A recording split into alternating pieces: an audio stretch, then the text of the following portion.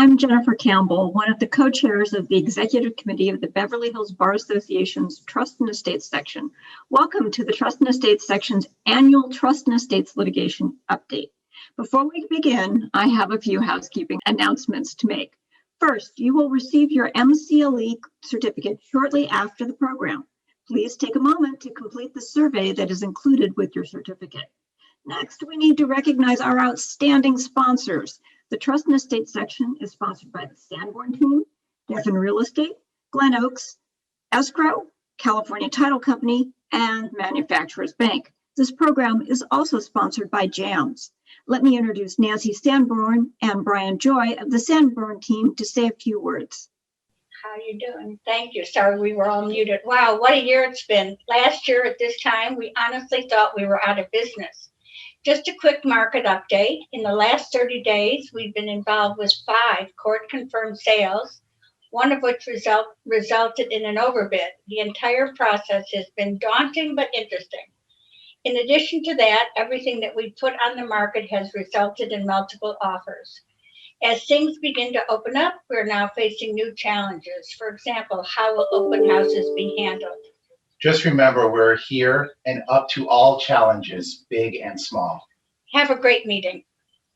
Thank you, Nancy and Brian. Ori Gadish of Geffen Real Estate was not able to join us today, but she is a proud sponsor of our section. Thank you, Ori. In addition to the Sanborn team and Geffen Real Estate, the Trust and Estates section is also sponsored by Glen Oaks Escrow. Marcine Klein is a full-service escrow officer specializing in probate, trust sales, conservatorship, and both court and independent administration of estates act transactions. On a daily basis, Marcine works to ensure that even the most challenging escrows close smoothly and that her clients are beyond happy with their experience at Glen Oaks Escrow. California Title Company provides comprehensive and timely insurance protection for home buyers, including first-time home buyers, sellers, veterans and military personnel, seniors, real estate agents and brokers, mortgage lenders, and commercial real estate professionals. Manufacturers Bank wants to simplify your banking life. Let Manufacturers Bank do it for you. Manufacturers Bank has a dedicated Trust and Estates banking team with experience to handle all your banking needs. Please contact Brian Flores, Vice President and Senior Manager, for more information. I also want to give you a few updates about some great programs we've got coming up.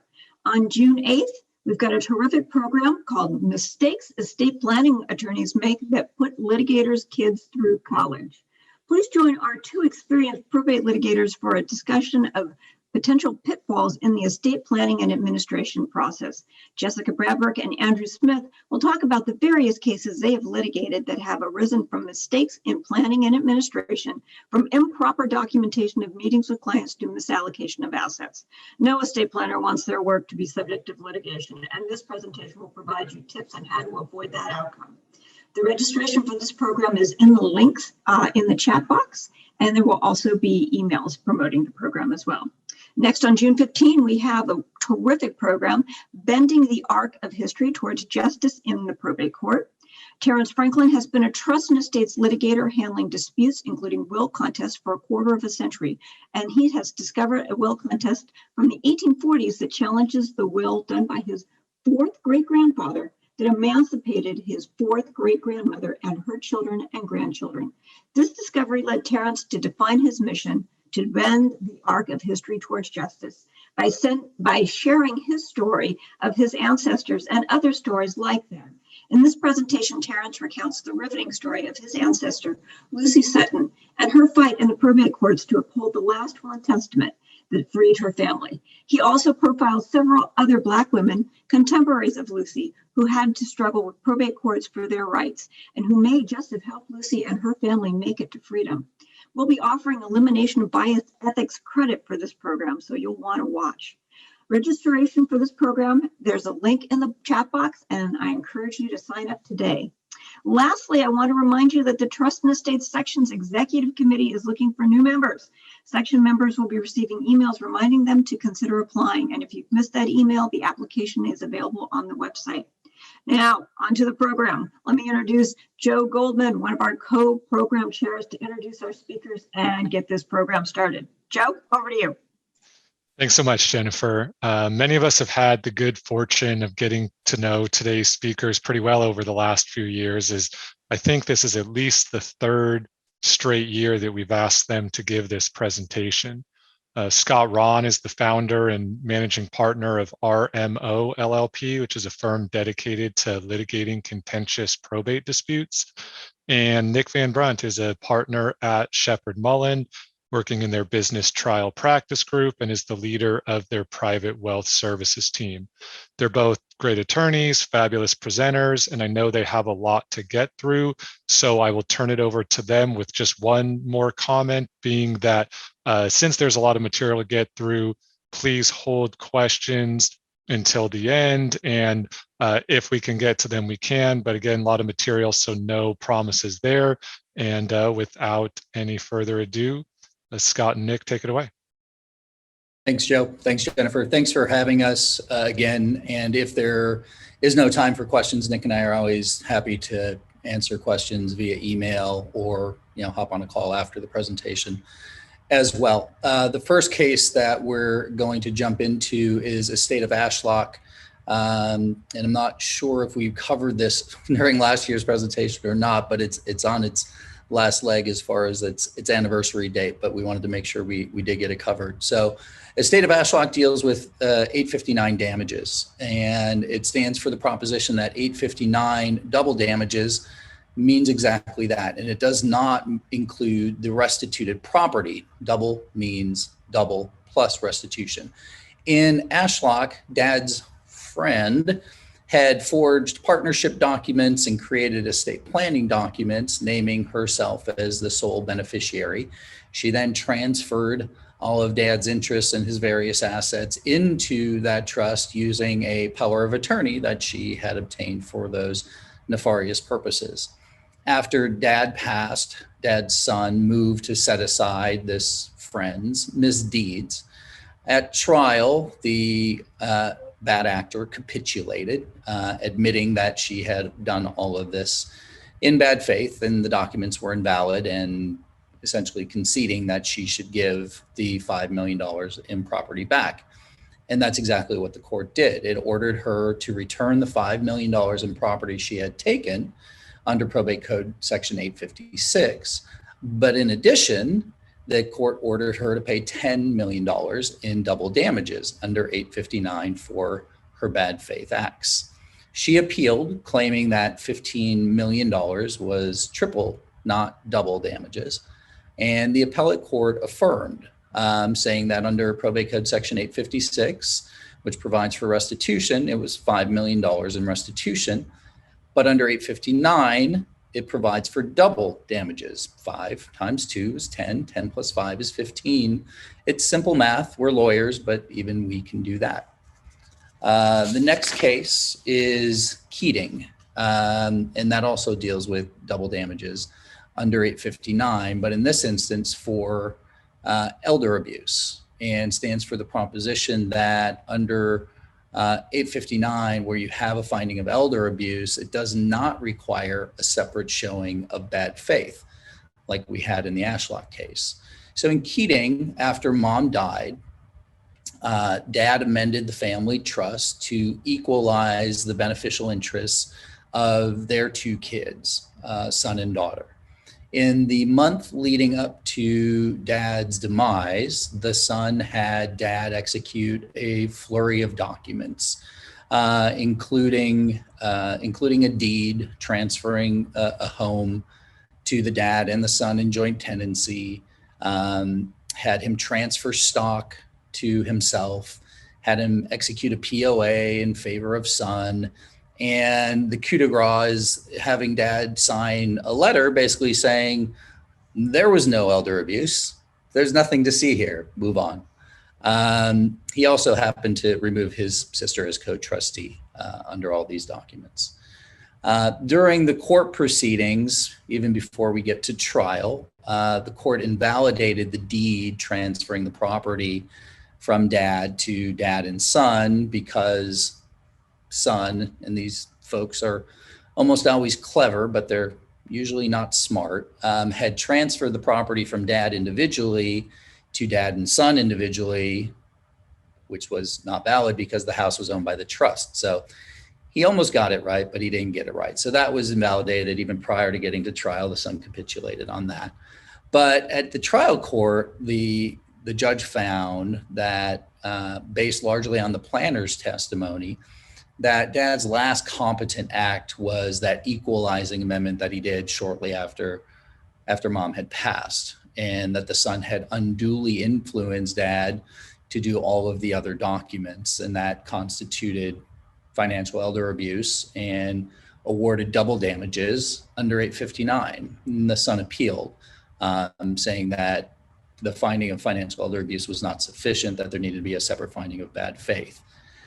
And the appellate court upheld the lower court's ruling, saying that there is no bad faith requirement under 859 if financial elder abuse has been proved. Hey, everybody.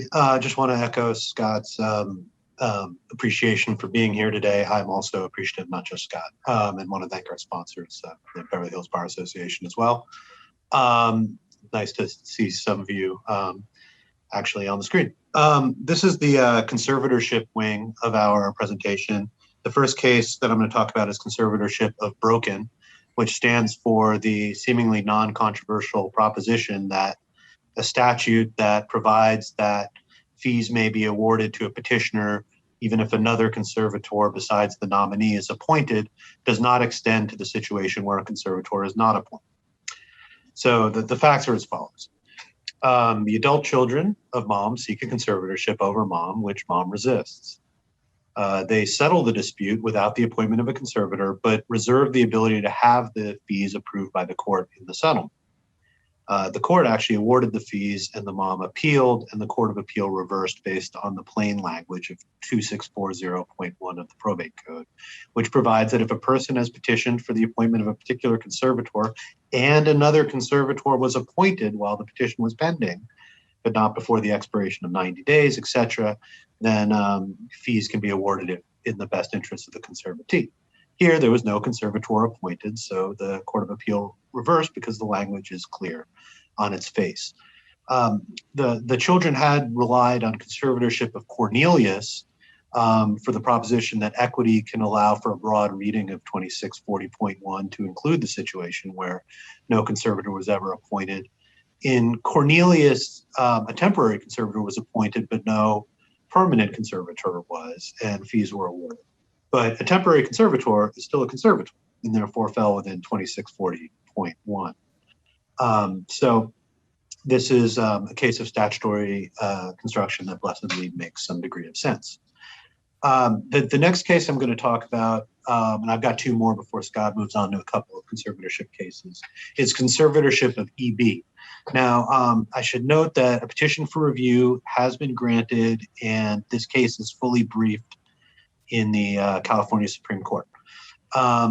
This actually involved a LPS conservatorship, and the question was whether a proposed conservatee has the constitutional right not to testify against oneself in an LPS trial. There was a case previously, Brian S., Conservatorship of Brian S., where the Court of Appeal found that the proposed conservatee did not have the right to avoid testifying against oneself.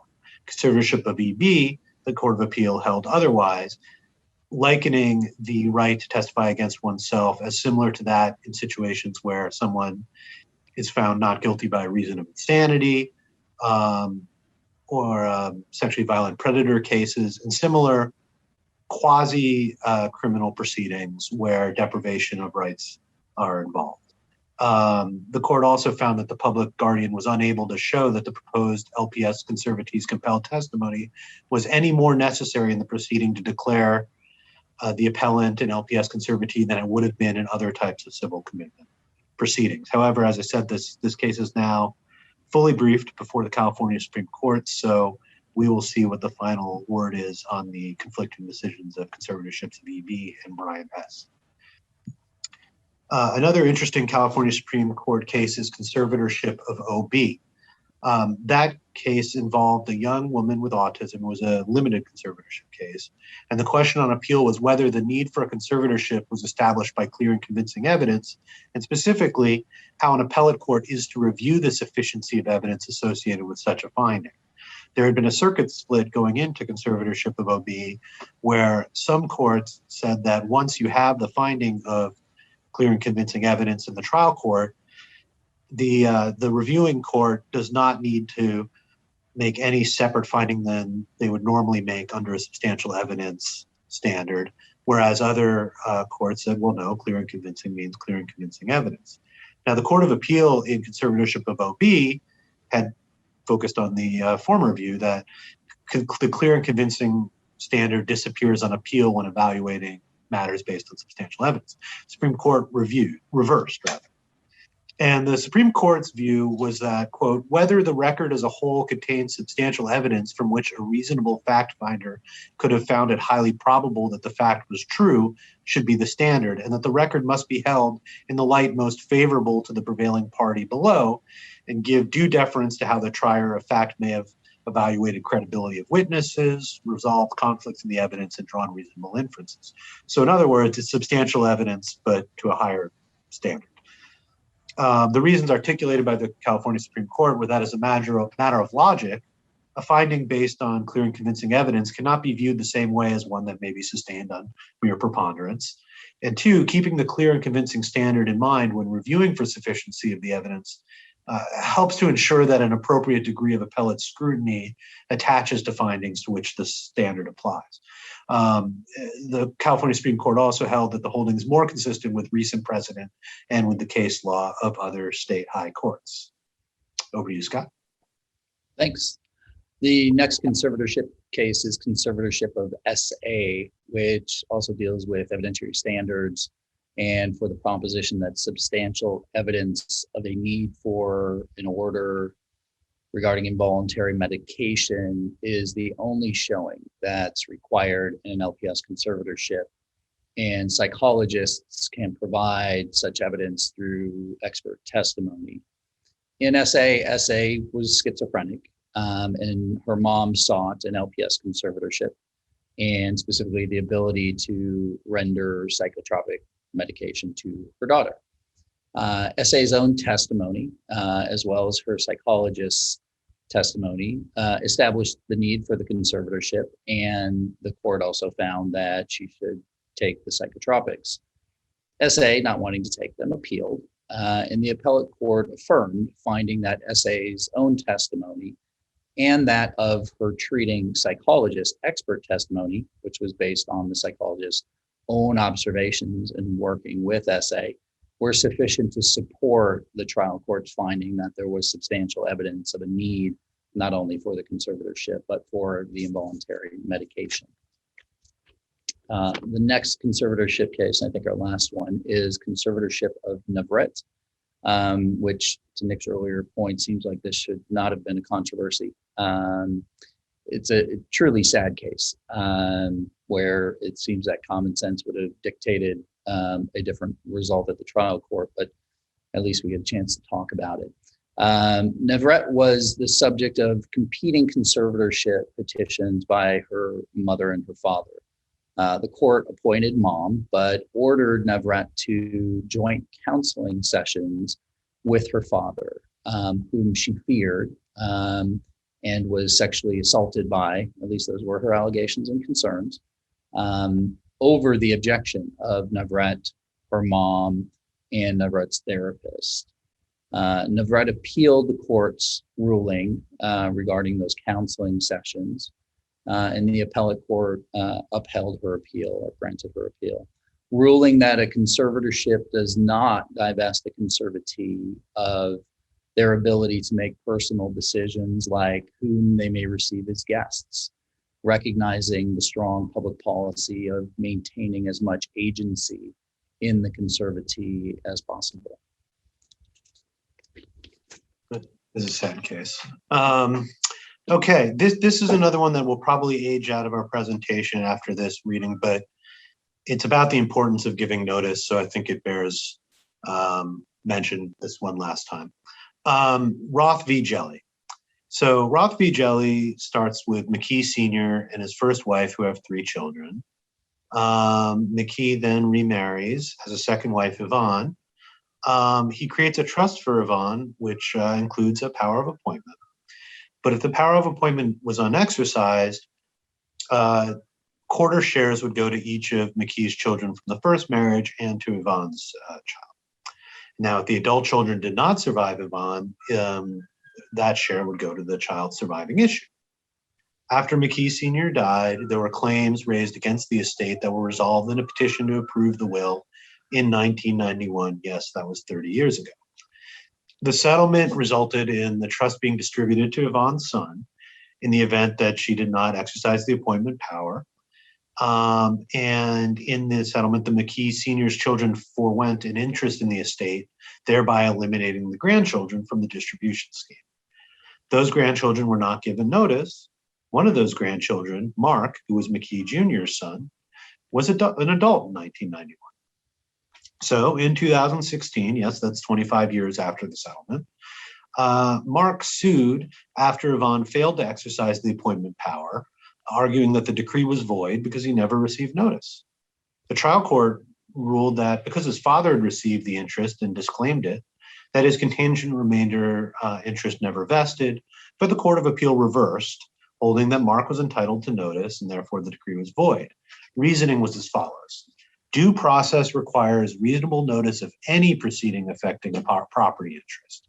And if a proceeding will adversely affect a person's property interest, due process requires that the person be given notice by mail of the proceeding and an opportunity to be heard when the person's name and address are reasonably ascertainable. That comes from actually the United States Supreme Court case of Mennonite Board of Missions versus Adams in 1983. Now, if a proceeding will adversely affect a person's property interest, due process, I already said that. Mark had a property interest, and although it was subject to divestment, he had a contingent future interest. That's still an interest. The agreement did not alter the will in a way that could bind Mark if he was not a party and not given notice of the proceedings back in 1991. So the takeaway from this case is give notice, and if you're in doubt, give notice. More notice is better than less notice. Right. You can never have too much notice.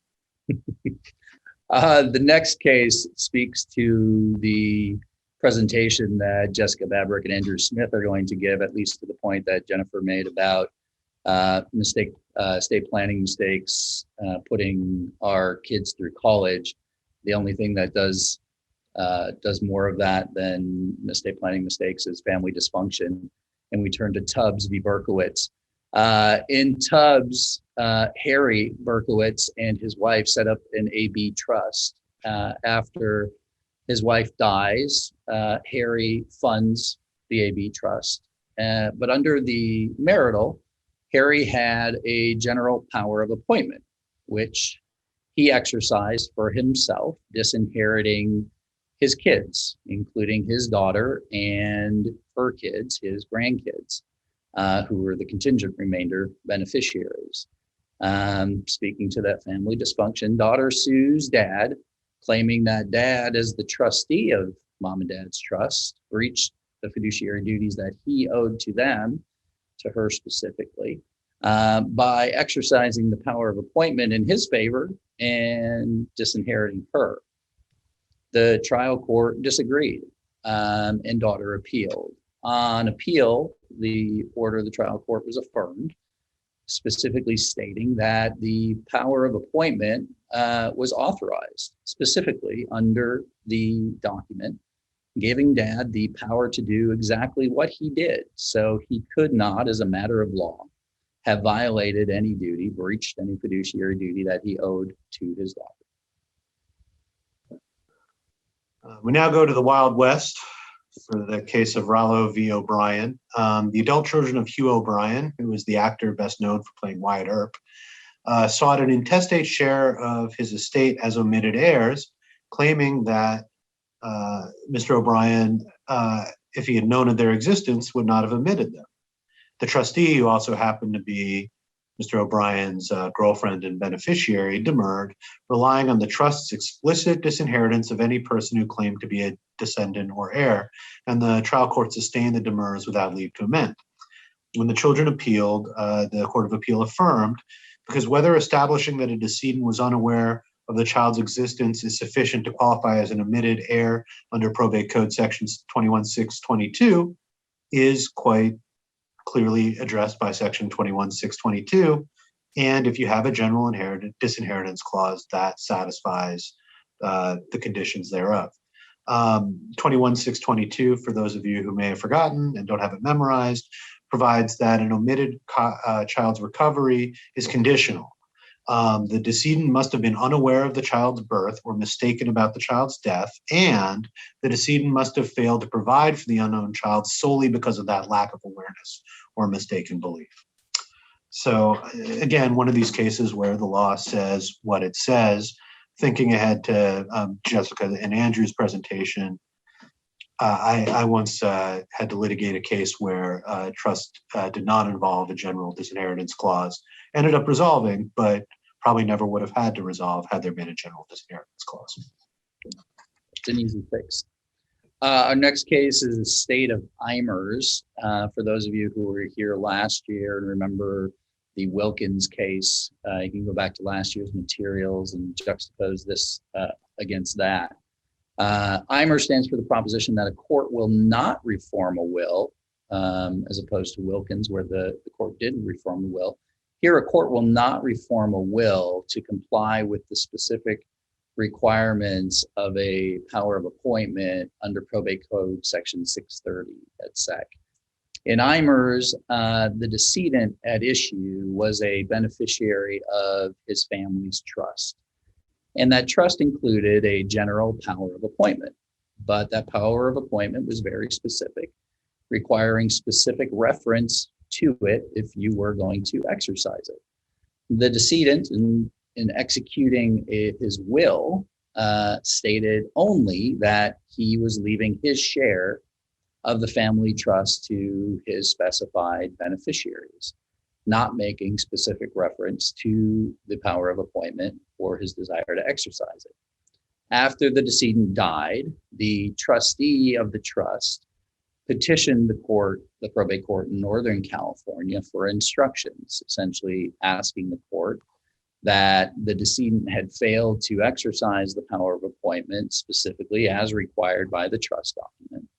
And the beneficiaries of the decedent's will rushed to court in Southern California, seeking to reform the will so that it would comport with the specific requirements of that power of appointment requirement under the trust.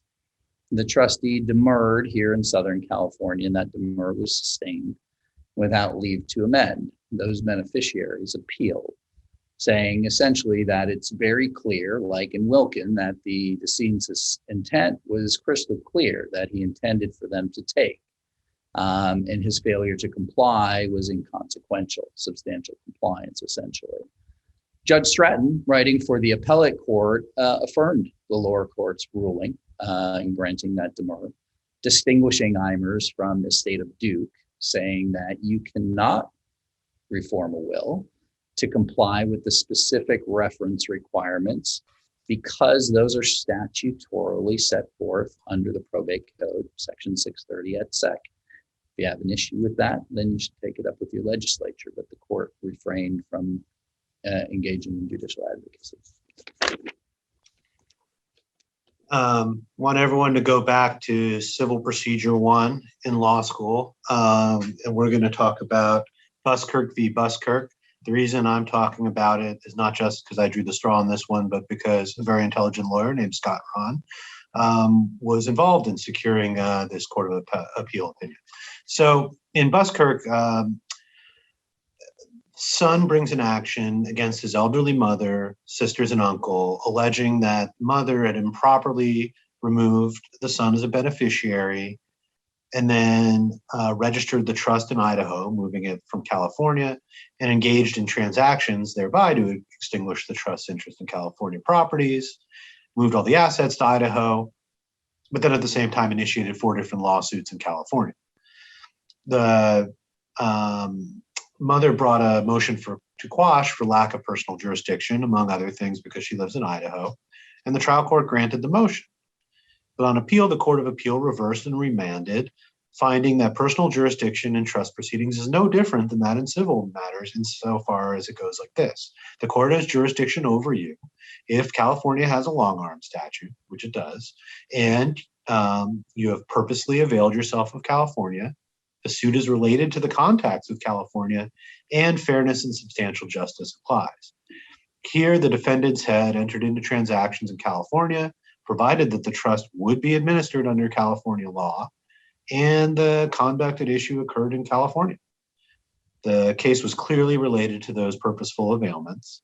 And while the mother was aged and one of the daughters had cancer, this was insufficient to render the exercise of jurisdiction to be unfair. It's the right result. What is it? What did your professor say about international shoe? Yeah, so my civil procedure professor in law school, Professor Brooks, used to always say, "There's nothing new about international shoe." I was thrown out with the O's as well.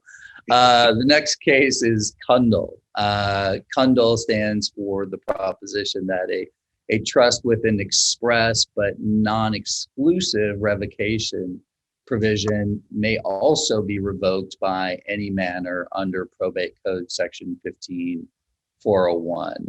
So in Kundal, the decedent had executed a trust saying revocation only by delivering a writing to the trustee and to the drafting attorney. Not sure who put that little provision in there, but somebody who's certainly looking for some extra work. Years go by and the decedent finds a new lawyer and executes a new trust that revokes the old one. But of course, he didn't deliver a copy of that revocation to the old lawyer because he wasn't working with him anymore. After the decedent passes, the sole beneficiary under that original trust claimed that the revocation was ineffective because he had failed to comply with the provisions of the revocation provision, stating that it needed to be delivered not only to himself, but to his old lawyer. And here is where clients, we litigators, I'm sure all you planners out there, and the judges go nuts. After a 23-day trial, the court finds that the revocation was effective. Not sure what was tried for 23 days, but it seems like an entirely inefficient use of everyone's resources. After losing, the beneficiary then appealed after that 23-day trial, apparently just like spending time in the courthouse. And the appellate court affirmed, holding that 15401 provides not one, but two ways to revoke. One is the manner that's stated in the trust, which was the issue here, right? There was a provision for revoking. But there's also a second way under 15401, which is a signed writing delivered to the trustee. And the appellate court said that unless the trust says that this is the exclusive means or the only way, or there shall be no other way, then compliance with the second prong of 15401 is more than adequate. So some of you may remember Berkowitz v. Dahl, which brought the tort of intentional interference with expectancy of inheritance to California. Now, in truth, some of that was already occurring in California, but that was the first time that the tort was recognized by the Court of Appeal. And we haven't had any other published rulings on that tort until now. And that's the case of Gomez v. Smith, which, like all good love stories, ends in an IIEI claim. So Frank and Louise Gomez were reunited and they married more than 60 years after Frank had broken off their first engagement upon being deployed to Korea. Frank's children from a prior marriage, Tammy and Tim, were not fans of the marriage. And then after Frank fell ill, he tried to create a new living trust, providing a life estate for Louise. When the lawyer and his paralegal came to Frank's home to execute the amended trust, Tammy, who happened to be Frank's attorney in fact, turned them away, saying it wasn't Frank's decision to make, and Frank died in the early hours of the following morning. Louise sued Tammy and her brother for intentional interference with expected inheritance and some other claims. Tammy cross-complained for recovery of trust property. On the IIEI claim, the trial court found in favor of Louise, but found in favor of Tammy on the other claims. Tammy appealed as to the IIEI claim. And the issue was whether Tammy's actions in barring the door from the lawyer and the paralegal and saying that Frank was unable to make changes to his trust, whether Tammy's actions satisfied the 6 elements of an intentional interference with expected inheritance claim. Those 6 elements are expectancy of an inheritance, causation, intent, i.e. the defendant had knowledge of the expectancy and deliberately interfered with it, interference by independently tortious means. So the underlying conduct must be wrong for some other reason than the fact of the interference itself, damages, and the independently tortious conduct must have been directed at someone other than the plaintiff. In this case, it would be the decedent, Frank. And I think this snippet from the Court of Appeal opinion describes what passes for tortious conduct that supports such a claim. Kenneth Myers testified that the decedent had informed him that the defendant, Tammy, was prying into his business and questioning him about why he was meeting with an attorney. Decedent expressed his anger at his daughter for interfering. Mr. Myers also testified that when Mr. Arnstead, the paralegal, arrived at the decedent's home on August 20, 2016, Ms. Smith called Mr. Myers screaming profanities. Defendant's actions and comments directed at paralegal when he arrived at the home, and also circumstantial evidence that defendants knew the purpose of the visit was to create a trust wherein plaintiff would receive an inheritance, were, factors. So I think, this is one of those cases where it looks like IEI and smells like IEI, so it is IEI. I don't know how much guidance it gives us in terms of bright line rules, but now we have another case out there that tells us what those facts might look like. It's a good one. It's a roadmap for an IIEI case. So if you're not familiar with it, you're litigating these cases, it's something that you should familiarize yourself with. Our next case is Trank versus Soheili. And Trank stands largely for 2 propositions. The first of which is that we are in a community property state here in California, people. And if you're dealing with a married person, you best get their spouse to sign off on pretty much anything they're doing. And the second thing is, if you're hiring a lawyer, be careful who you hire. Trank also stands for the proposition that we're chalking one up here for the bad guys. In Trank, Sis had sued her lawyer for malpractice. It's already a bad start to any case. But apparently the lawyer was a better lawyer for himself than for his client, because he settled that malpractice claim for a promissory note and a deed of trust on his and his wife's home. But he was the only signatory. He then defaulted. Surprise, surprise. A couple of years go by and Sis passes. Decedent's sister picks up the fight. She was the beneficiary of Sis's estate, and she sought to foreclose on the deed of trust. Trank, in response, sought to quiet title and won on statute of limitation grounds, and because his wife had not signed off on that deed of trust.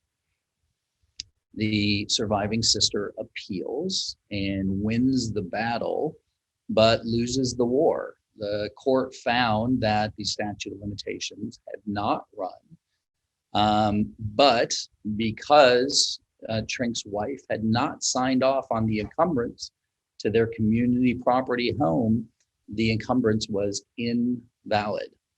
In these cases, I always resonate with me and recall the experiences that we all witnessed with regard to Donald and Shelley Sterling and her efforts following his demise or downfall to claw back the community assets that he had given away. So just be careful when you're dealing with community property here in California. Sterling v. Sterling and oldie but goodie. So this next case is the Capra v. Capra is the archetypical sequel of a Frank Capra-style rags to riches film, which is where the subsequent generations fight over the parents' riches. Frank and Lucille Capra owned a cabin on federal land in Mono County. And along with that federal land, they also had a Forest Service use permit. Frank and Lucille created the Capra Family Trust for the benefit of their 3 children, Frank Jr., Lucille Jr., and Thomas. The cabin notably was not placed in the trust. File that away also for the Jessica and Andrew presentation in a few weeks.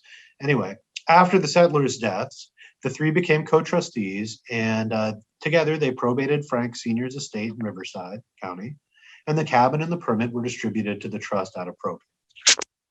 Now, to comply with Forest Service regulations, there could only be 1 trustee named on the permit, and the co-trustees agreed to name Thomas because he resided in LA. It was, pretty close. And for over a decade, the Capra kids harmoniously used the cabin and shared expenses.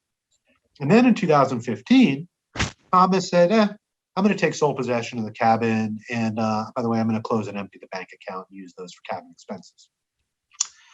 Frank Jr. and Lucille Jr. were not happy. They filed an action to assert their ownership rights in LA County. Thomas threatened to move for sanctions if the case was not transferred to Mono County. And the parties stipulated that transfer.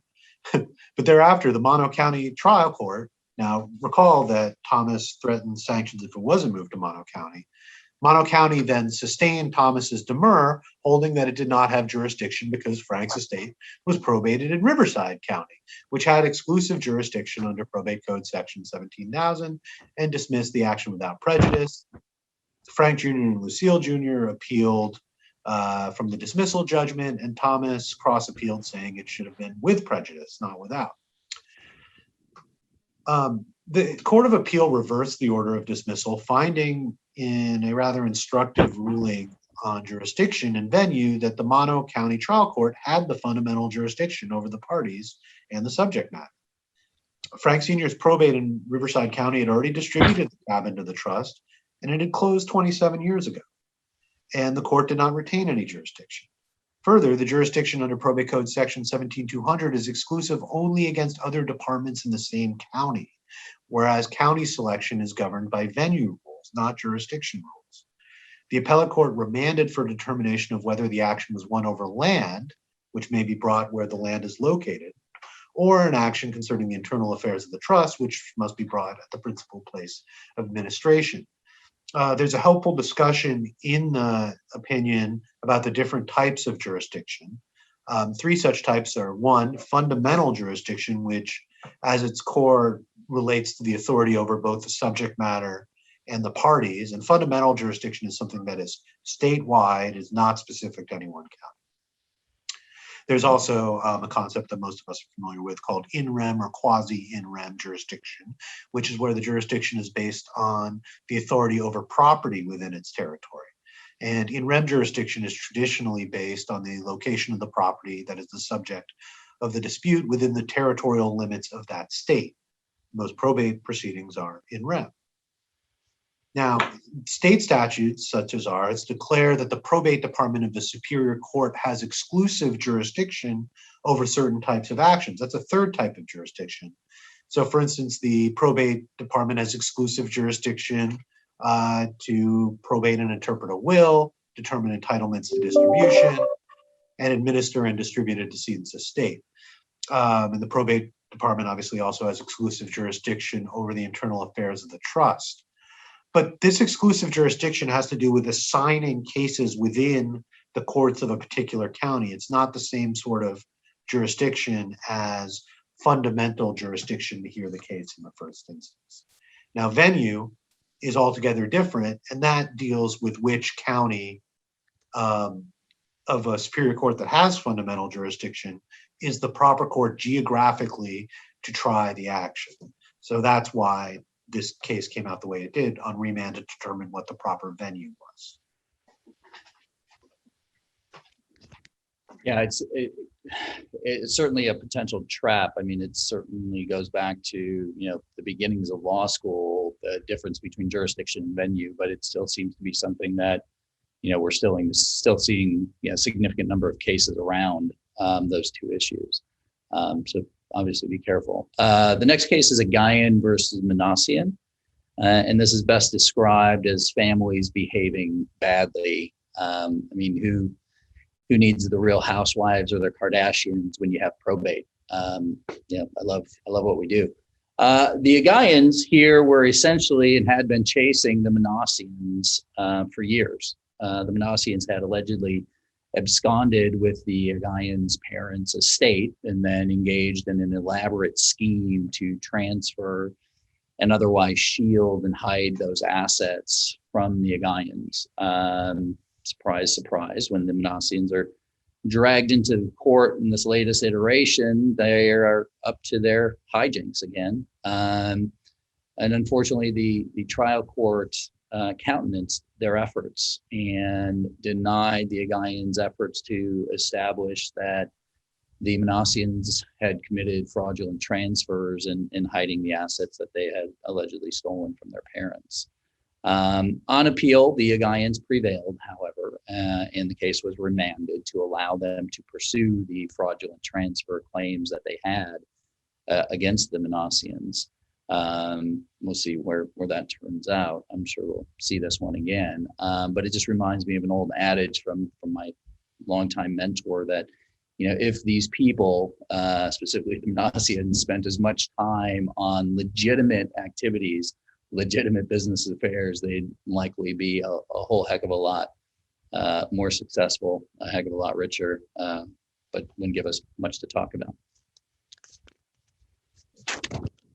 This is one of my favorite sections, which is non-tax lawyer talks about tax law. Better than me, buddy. Yeah, that's what you think. Okay, so Bonnet versus County of Santa Barbara. This is another one that, when you think about it, sadly makes sense. So in 1999, Bernard and Sheila create a family trust. They transfer their primary residence into the trust, and the trust provides on their death that the estate is to be distributed equally among their, count them, 13 children, one of whom is Bonnet.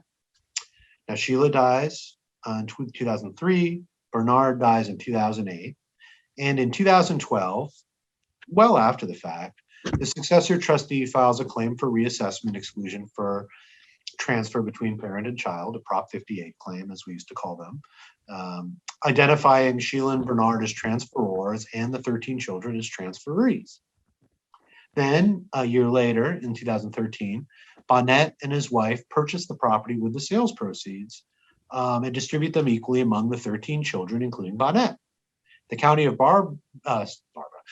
Santa Barbara concludes that the 2013 sale resulted in a 92.3% transfer in ownership, which is 12/13ths, and reassessed the property. Bonnet's appealed, and the Court of Appeal affirmed. And you know, the question for reassessment is whether the beneficial or equitable ownership of the property transferred, not the transfer of legal title. The court held that beneficial ownership of the property was transferred to the 13 children when Bernard died, and the trust became irrevocable. And thus, upon Bernard's death, the children received the property's primary economic value and the equitable title in the property, despite legal title remaining with the successor trustee. The subsequent 2013 purchase was therefore a transfer of ownership from the children as sellers to the Bonnets as purchasers, and as such, it was properly reassessed at that time. And then here I go again talking about taxes. This is Prang versus Amen. This case is actually also going to be looked at by the Supremes. Petition for review was recently granted. This one does not involve property tax well, it does involve property tax actually, but from a corporate perspective. So the Revenue and the Taxation Code provides that a transfer of real property between legal entities triggers a reassessment of the property's value for tax purposes. Now, there's an exception to this rule, which is when the proportional ownership interest in the real property of the transferor and the transferee, whether represented by stock or another measure, remain the same after the transfer. So ownership is the same before and after, right? This appeal raises the question in Prang versus Amen of how to interpret the term stock in the phrase in Revenue and Taxation Code section 62A2, quote, proportional ownership interests of the transferors and transferees, whether represented by stock, partnership interest, or otherwise, in each and every piece of real property transferred. Now, in this case, Super A Foods Incorporated owned certain real property in LA County. All the corporation's voting stock had been issued to the Amen Family Trust, but then the non-voting stock had been issued to both the trust and some other individuals. The corporation transferred the property to the trust, whose beneficiary did not include the persons who had the non-voting stock. The county assessor concluded this was a change of ownership because you did not have proportionality. The State Board of Equalization then reversed. Then, on a petition for a writ of mandate to the LA Superior Court, the court ruled that the assessor had been correct in the first instance, that stock, the term stock in the statute, applies to both voting and non-voting stock, and that a change of ownership had occurred, triggering a reassessment. The Court of Appeal affirmed, but it was a 2-to-1 split. And the majority reason that there's no ambiguity in the term stock means stock, a rose is a rose is a rose. The dissent, however, argued that, the State Board of Equalization is entitled to deference, and that decision by the Court of Appeal in the majority will result in a, quote, patchwork, county by county system of differing assessment practices. The majority, in a battle of footnotes, opined that the courts, make these decisions, not the State Board, and the California Assessors Association, which happens to represent each of California's 58 counties, supported LA County's position. But as I said, a petition for review has been granted, so stay tuned.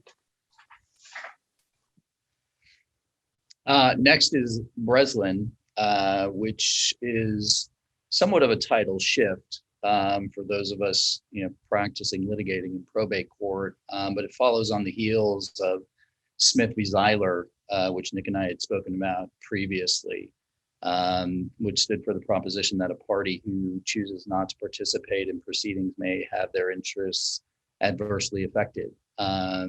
So stay tuned, participate. In Breslin, beneficiaries who received notice of court-ordered mediation but failed to participate can't later come in to complain about it, essentially. Here, Breslin was the successor trustee, and he sought court instruction to determine beneficiaries where he had incomplete records. He had given notice to 24 charities as potential beneficiaries, as well as the decedents and testate heirs. Through the course of the proceedings, few of the parties appeared. Some of them did, but the vast majority did not. The court ordered the parties to mediation, and the trustee and 5 charities, remember I said there were 24 that were given notice. The trustee and 5 charities and the decedents and testate heirs all showed up to mediate. And guess what? They came up with an agreement. They forged a settlement that excluded the no-shows. And when Breslin sought to confirm the settlement, the no-shows objected. But those objections were overruled by then sitting Judge Reeser, and the objecting charitable beneficiaries appealed. The appellate court affirmed, finding, like I said, for the second time in 2 years following Smith v. Zeiler, that if you sit on your hands and sit on your rights and don't do anything, don't expect the court to necessarily protect your interests. I think one of the big things here, if you guys haven't seen the notice that Mark Lester sent out, giving notice of this mediation, I mean, it could not be more clear to anyone receiving it that they were risking whatever interest they might have if they didn't show up. Obviously citing Smith v. Zeiler, but that notice is pretty robust in telling everyone, show up or shut up. And there's more to be heard on this. There was a dissent in the revised opinion that came down last month, essentially taking issue with disinheriting parties who did not participate, essentially arguing that you're modifying, in essence, the testator's intent and requiring that parties, I should say beneficiaries, go through the mediation process, participate in litigation, spend their spend their own money, time, and resources when a trust, generally does not require that. So you're layering in a requirement, otherwise subjecting people to forfeiture for not doing that. But I'm sure Nick does the same thing. But you're hard pressed when you get a call from someone who's got any interests. Oftentimes people don't want to do anything; they just want to kind of sit in the sidelines and see what happens. And these cases make it very clear, Breslin and Smith, that you're running a pretty significant risk if that's what you decide to do, and your interests are adversely affected. By the way, the court, a petition for review has been filed with the California Supreme Court. So this one may get up there too. My last case, I think we're covering, Nick, is Manderson versus Cal Regents. And this answers the question of whether strict compliance with a administrator's beneficiary requirements is required. So mom had worked at UCSD as an oncology nurse for more than a decade. She passes, and after she passed, the daughter sought to claim mom's pension benefits, submitting mom's signed Benny form designation and some other documentation, but she submitted them after mom passed. Why daughter would ever submit them before she passed is beyond me, but that was one of the arguments Cal Regents made.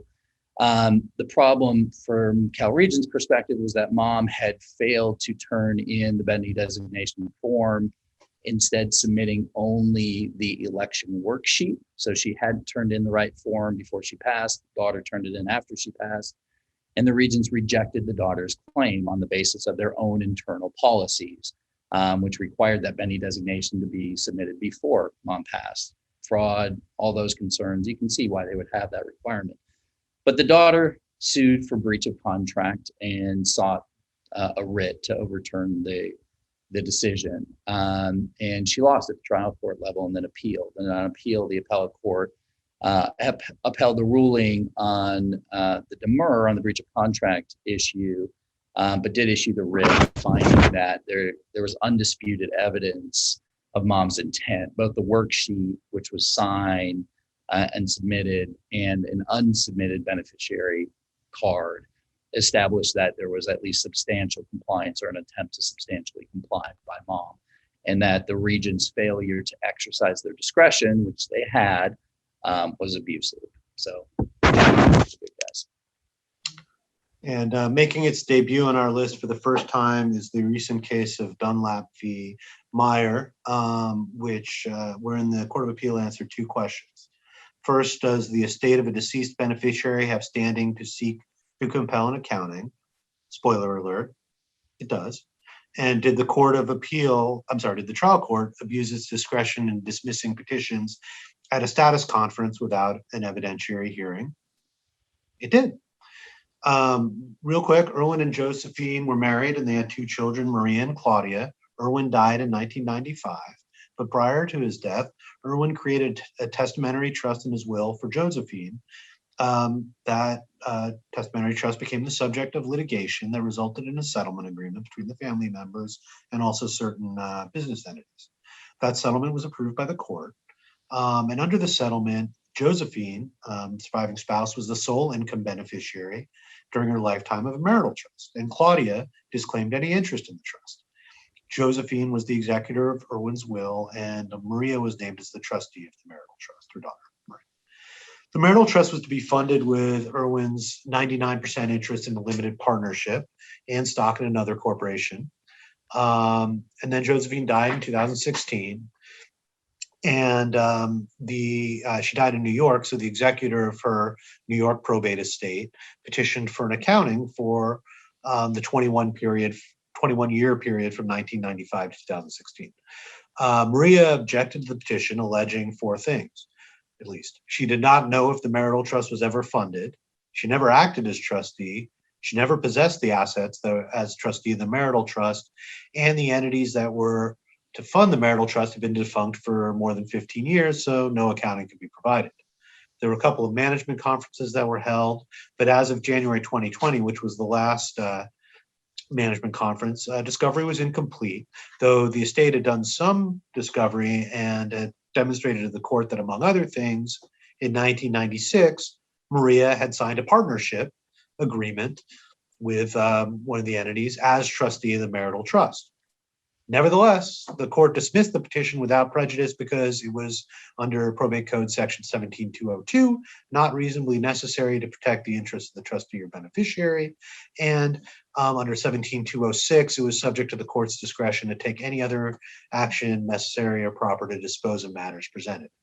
The Court of Appeal reversed and remanded on both counts. First, the estate had standing to pursue the accounting because, citing oldie but goodie, Barefoot v. Jennings, there's an expansive reading of section 17200 to include beneficiaries under section 24, and as a successor in interest under civil code, civil procedure sections 377.20 and 377.30, a personal representative may commence an action that the decedent could have brought that survives.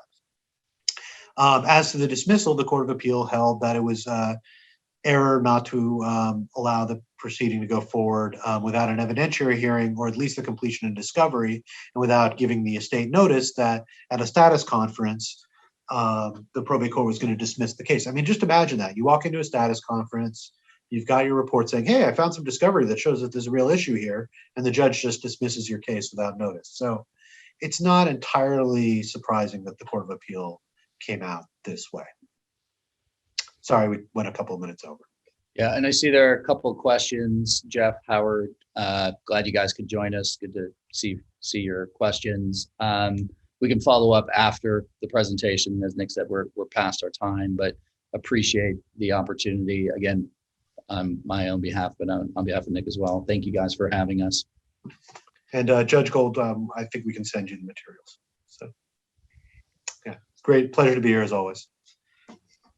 Thanks, Nick. Thanks, Scott. Really appreciate it.